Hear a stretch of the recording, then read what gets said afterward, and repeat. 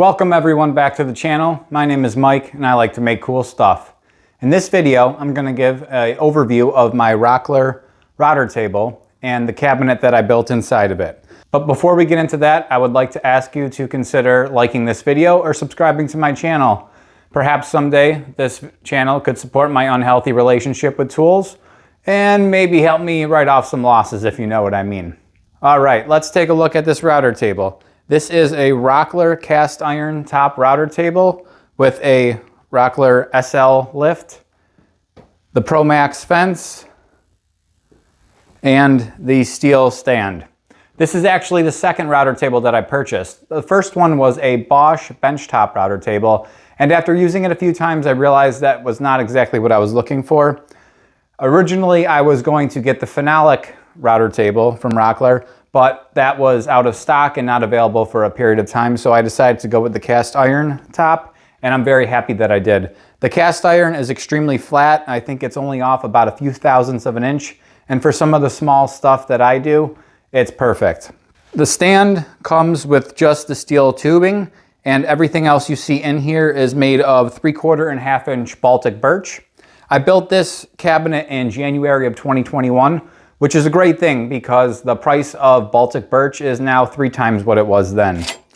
So I will bring the camera over and let you have a closer look and see everything inside of it. So looking at the front of the cabinet, the first thing you're going to notice is the first mistake that I made. I ran the grain this way horizontally for the drawer fronts and vertically up here, and you'll notice that the color looks different from here versus here. No! God, please, no! I learned that after I put them on. When I was putting Danish oil on them and finishing them all off on the table, they looked exactly the same until you run the grain differently and the light shines on it and it looks completely different. No! So how I built this is I started out, and you can see in the picture I'll show, is enclosing this frame with 3/4 inch Baltic birch. I then built inserts and drawers for each section. The drawers I used pocket hole screws, and you can see that in the picture here. Down here I keep my plunge base, the regular base, palm router, some Forstner bits, and a couple other miscellaneous things. Everything I purchased for this, with the exception of the drawer pulls and a few other small things, were purchased at Rockler. It'd be nice if they sponsored this video. Maybe we'll get there someday. And the slides are very nice. They are not soft close, but these hinges are for the door here. So opening this up here, I will lower the camera and you can take a look inside. Looking inside, you can see the router and the router lift. This is a Bosch 1617 router, and I've been very happy with it so far. I did not get the dust box that is available for this system, so I enclosed an area in here and made it sealed pretty tight so very little dust gets out of it. And in the back, which is hard to see, and I will show later in the video, is a 2.5 inch dust port, which also splits off and goes to the top with the fence. The dust collection in here is not the greatest. I have a piece of cardboard here bent to kind of catch it and filter the dust back to where the dust port is. I do need to put a hole or some type of opening in the door, which I've been neglecting to do because it just looks so beautiful, but that would allow for a lot more airflow to go in and pull the dust out of there. But every once in a while, I just go down in there and blow it out and vacuum it out.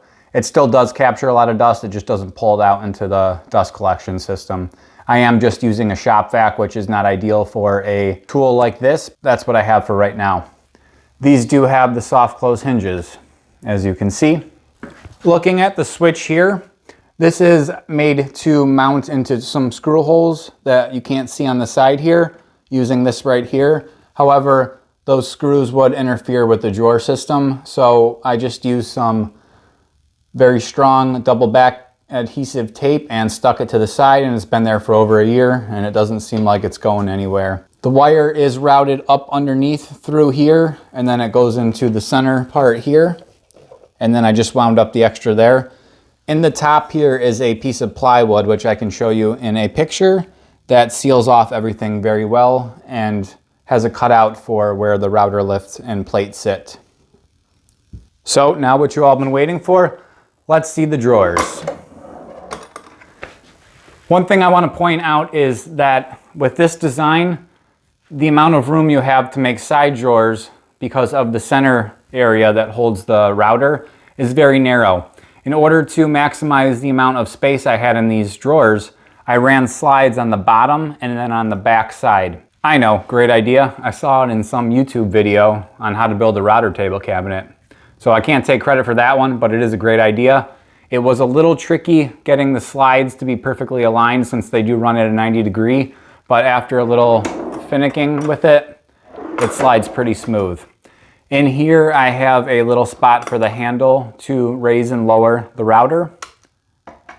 I also have a little compartment right here that holds different sized discs. My wrenches for changing bits. The spacer bars also for when you want to use it as a jointer. The guard, which I don't actually use much, and one of these tools, which is very helpful. Also, what I keep in here is a hex bit. And I put this in my little 12-volt drill, and I use this to raise and lower the lift when I am changing bits. It's much faster than using this. This is much better for the finer adjustments.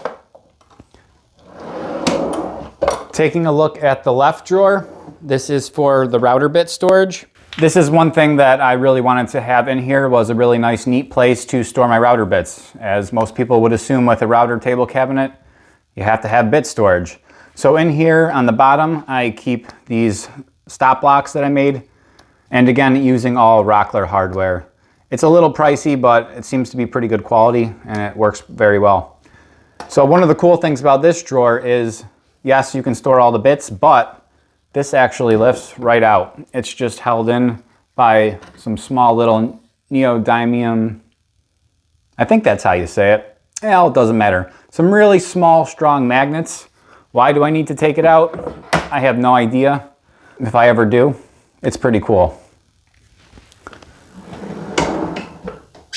Moving around to the back of it, you can see where the 2.5-inch port is to remove the dust from the cabinet below, and that tees off to the 2.5-inch hose that goes up to the fence.